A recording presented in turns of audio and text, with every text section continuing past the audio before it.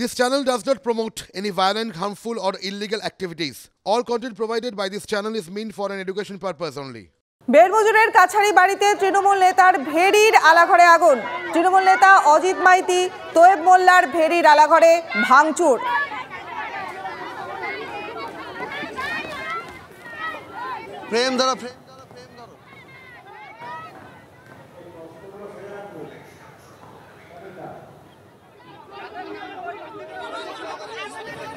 বেড়মজুরে আপনারা দেখতে পাচ্ছেন বেড়মজুরের কাছারি বাড়িতে তৃণমূল নেতার ভেড়ির আলাঘরে আগুন লাগিয়ে দেওয়া হয়েছে।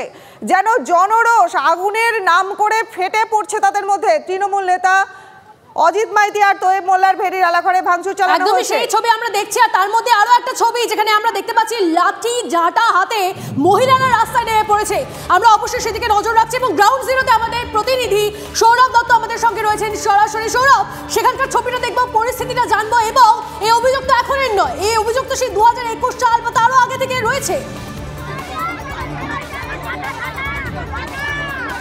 গত 18 জানুয়ারি আমরা এই কাছারি বাড়ি মাটির থেকে খবর করেছিলাম যে এখানে জমি দখল ঘিরে অভিযোগ রয়েছে সাধারণ মানুষের। অভিযোগ রয়েছে শেখ শাহজাহানের ভাই শেখ সিরাজউদ্দিন, সিরাজ ডাক্তার তার নামে। তারই কিন্তু একটা ঝলক দেখা গিয়েছিল ঝুপখালিতে, এবং আজ কাছারি বাড়িতে ঠিক যেখানে তেভাগা আন্দোলনের স্মৃতি জড়িয়ে রয়েছে, যেখানে তেভাগা আন্দোলনের ইতিহাস জড়িয়ে রয়েছে, সেই সংলগ্ন এলাকার যে জমি, যে ভেড়ি, সেই সমস্ত দখল করা হয়েছিল বলে অভিযোগ ছিল সেখানকার মানুষের। এবং আজকের ছবিটা তুমি দেখো, আজের ছবিটা তুমি দেখো, মহিলারা লাঠি ঝাঁটা হাতে, তারা লাঠি ঝাঁটা হাতে যে বাড়িতে যা পেয়েছেন সেই সমস্ত সামগ্রী নিয়ে তারা কিন্তু চলে এসছেন সেই সমস্ত সামগ্রী নিয়ে। কারুর হাতে ঝাঁটা, কারুর হাতে রয়েছে গাছের গুঁড়ি, খুঁটি যেগুলো রয়েছে, বাঁশের বেড়া কাঠির কাঠ, সেই সমস্ত নিয়েই যে যা পেরেছেন সেই সমস্ত নিয়ে তারা কিন্তু চলে এসছেন। সেই সমস্ত নিয়েই তারা আজ কিন্তু এখানে জড়ো হয়েছেন, যেখানে যে ভেড়ির যে আলাঘর, সেই ভেড়ির আলাঘরে অগ্নিসংযোগের ঘটনা ঘটেছে। গ্রামবাসীরা বলছেন, তৃণমূল নেতা অজিত মাইতি, তৃণমূল নেতা তোয়েব মোল্লা, তারা বলছেন তাদের ভেড়িতে ভেড়ির যে আলাঘর সেখানে আগুন লাগিয়ে দিয়েছে গ্রামবাসীরা। পেছনে বিজেপির ইন্ধন রয়েছে এই অভিযোগ তারা করছেন। গ্রামবাসীরা যদিও সেই অভিযোগ উড়িয়ে দিয়েছেন। গ্রামবাসীরা একদিকে বলছেন যে রায়তি জমি তাদের, সেই রায়তি জমি তাদের দখল করেছে তৃণমূল নেতারা। শেখ সিরাজউদ্দিন, শেখ শাহজাহানের নেতৃত্বে অজিত মাইতি, তোয়েব মোল্লা, এনাদের নাম তারা করছেন এবং একাধিক তৃণমূল নেতার নাম তারা করছেন। এবং সেই সমস্ত নেতাদের যে জমি দখল করেছিল, এখন যখন সন্দেশখালিতে মহিলারা যেভাবে রাস্তায় নেমেছেন, জেলিয়াখালিতে সেখানে মহিলারা রাস্তায় নেমেছিলেন, ঝুপকালিতে যেভাবে মহিলারা রাস্তায় নেমেছিলেন, এরপর এখানে কাছারি বাড়ির মহিলারা, এখানে তেভাগা আন্দোলনের ইতিহাস জড়িয়ে রয়েছে, সেই মাটিতে তারা কিন্তু সমস্ত নেমেছেন।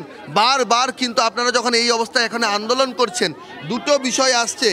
এক, তৃণমূল নেতৃত্ব বলছেন এর পিছনে রাজনৈতিক প্ররোচনা রয়েছে, তারা বিজেপির দিকে আঙুল তুলছেন। এটা কি ঠিক অভিযোগ করছে তৃণমূল?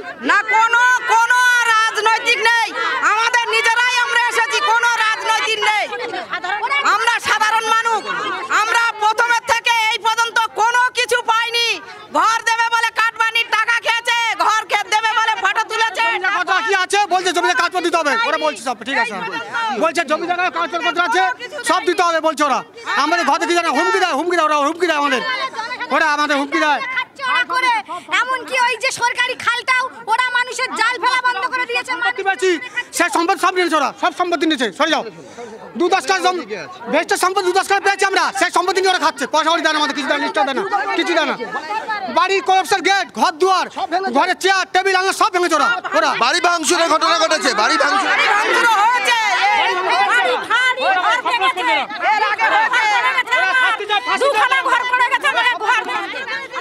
কি করে 18 বছর বয়স মেয়েটার বিয়ে হয়ে গেছে, গলায় অস্ত্র ধরেছে, বলে তোর গোলা থেকে ধর নামিয়ে দেবো অজিত মাইতি। আমাদের গাড়ি ভেঙেছে, ঘর ভেঙেছে। ভোট হয়েছিল, সেই ভোটে আমার জেরক্স মেশিনের দোকান, সমস্ত ঘর দুয়ার আমার। শাস্তি চাই, জবাব চাই। আমরা শান্তিভাবে বসবাস করতে চাই। জল করে আমাদের থাকতে দিচ্ছে না, আমাদের ঘর দোকান ঘর ভেঙে চুরমার করে দিয়েছে, জিনিসপত্র সব বের করে নিয়েছে। ওই অজিত মাইতির দল এই যে জমি আপনারা বলছেন এটা 40 বিঘার মতো একটা জমি আছে, এখানে আপনারা আগে চাষ করে খেতেন? আগে চাষ করে খেতেন তো? হ্যাঁ আগে চাষ হতো, তারপরে সেটা কারা দখল করলো? তারা অজিত মাইতি, শাহজাহান, ওরা দল পার্টি করে ওরা খেয়েছে। আর আমাদের বলছে যে তোরা তোদের বাবার কাছে যাবি, কোন বাবার কাছে যাবি, যা তো কোন বাবা তোদের থেকে দেখবো। পার্শ্ববর্তী আইন, পুলিশ, প্রশাসন তাদের কাছে যাননি? হ্যাঁ তারা বলছে এখানে হবে না, শাহজাহানের কাছে যাও। শাহজাহান বলছে প্রশাসনের তরফে এই মুহূর্তে কিন্তু পুলিশের যারা আধিকারিক তারা কিন্তু ঘটনাস্থলে এসেছেন। আমরা বলছি আমাদের জলকার নিয়ে নিয়েছে। হ্যাঁ, যেদিন থেকে 3-4 বছর জলকার নিয়ে নিয়েছে, জলকার আমাদের ঢুকতে দেয় না। তারপরে আমাদের ঘর বাড়ি ভেঙে চুরমার করে দিয়েছে, দোকানে যা জিনিসপত্র ছিল সব ভেঙে শেষ করে দিয়েছে, এবং আমার ছেলেদেরকে একের পর এক কেস দিয়ে যাচ্ছে। ঠিক আছে, কিন্তু তার জন্য কি এটা আপনাদের মনে হচ্ছে এটা করলে হবে? হবে না তো? হ্যাঁ, এটা যে করছে এটা তো আপনাদের আপনাকে জমা হচ্ছে, আপনারা ঠিক আছে, তাহলে আপনারা কি চাইছেন এখন?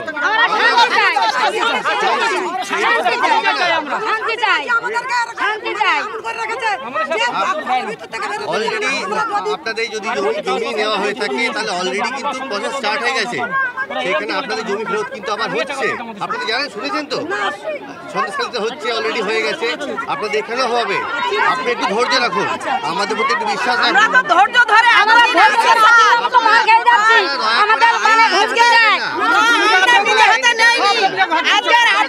এসেছেন বলে আমরা এসেছি। আমরা চাই শান্তি ভাবে বসতে, শান্তি ভাবে থাকতে চাই। ছেলেরা আসছে, ঝাড়া দেখাচ্ছেন আমাকে? না না না, আপনাদের দেখাবো কেন? আপনাদের দেখাবো কেন? চাই এই শেখ শাহজাহানকে, চাই সিরাজ ডাক্তারকে,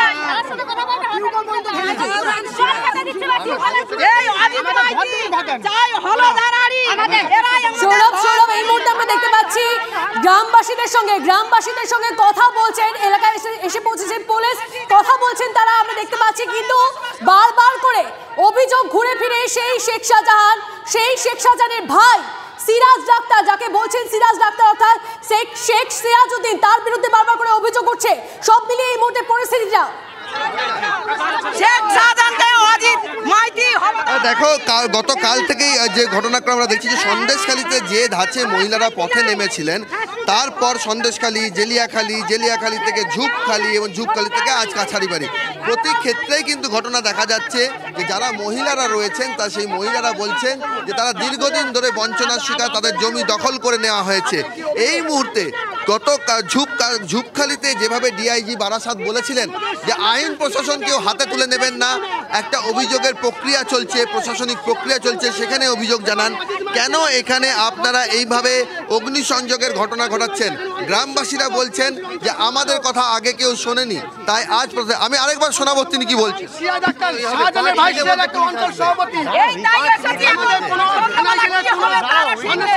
আপনাদের নাম্বার দিয়ে যাচ্ছি, আমরা করব 5 মিনিটের মধ্যে সময় দেখাবে, অর্থাৎ মানুষের আমাদের 5টা মিনিট আমাদের এখানে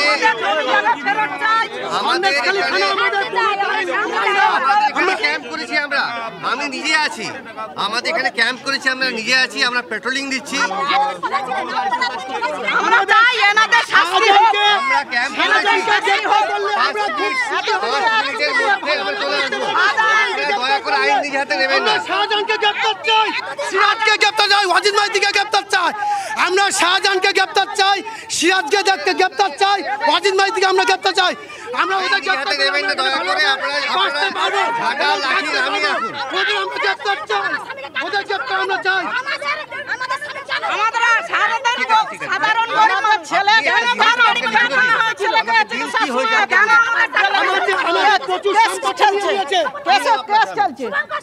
ঠিক আছে, শুভঙ্কর বাবু, এই কেসগুলো তুলে নিতেই হবে। কেন আমার স্বামীর কেস তুলে নিতে হবে? কেন আমার স্বামীর নাম কেন বললেন? আমরা ক্যাম্প করেছি, আমরা ক্যাম্প করেছি। এতদিন আপনারা ক্যাম্প কোথায় ছিলেন?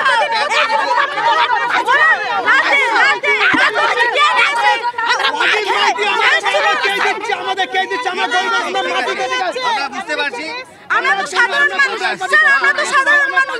তাহলে বলুন আমার স্বামীকে কেন ইয়ে হলো? আপনারা ছেলেদের যে কেস কাবারি হচ্ছে, এই কেস তুলে নিন, আমরা শান্তি চাই। আর এইসব